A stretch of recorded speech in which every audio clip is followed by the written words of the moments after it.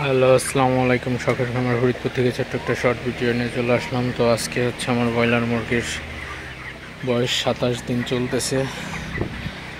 আমি হচ্ছে ঘরটা আজকে একটু পরিষ্কার করে দিছি এবং সকাল থেকে প্রায় 6 ঘন্টা খাবার বন্ধ রাখছিলাম। এই গরমের মধ্যে মাঝে মধ্যে খাবার বন্ধ রাখতে হবে। তো এখন খাবার দিছি, তো এখন সবগুলো মুরগি খাইতেছে।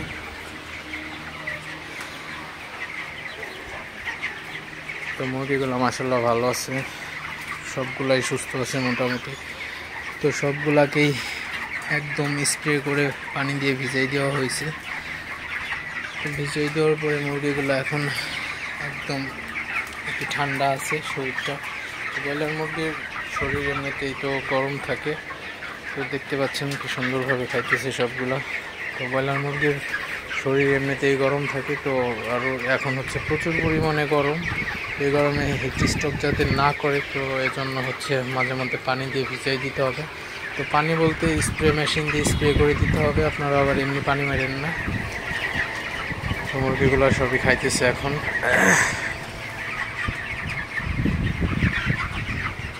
তো আজকে হচ্ছে আমার ব্রয়লার মুরগির বয়স 27 দিন। তো 27 দিনে 1.5 কেজি ওভার হয়ে গেছে অলরেডি। 1.5 কেজি ওভার হয়ে গেছে সবই।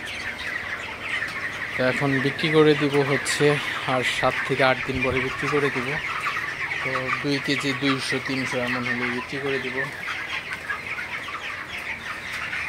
তো আপনারা যারা এই গরমে মুরগি পালন করতেছেন অবশ্যই একটু খেয়াল রাখবেন। তো এই গরমে হচ্ছে হিট স্ট্রোকই একমাত্র মুরগির হচ্ছে সবচেয়ে বড় ঝামেলা। তো এই গরমের মধ্যে মুরগি হিট স্ট্রোক করলে একদম খামারিদের লস হয়ে যাবে। তো সেক্ষেত্রে অবশ্যই একটু সচেতন থাকতে হবে। তো সচেতন থাকলে হিট স্ট্রোক এড়ানো সম্ভব।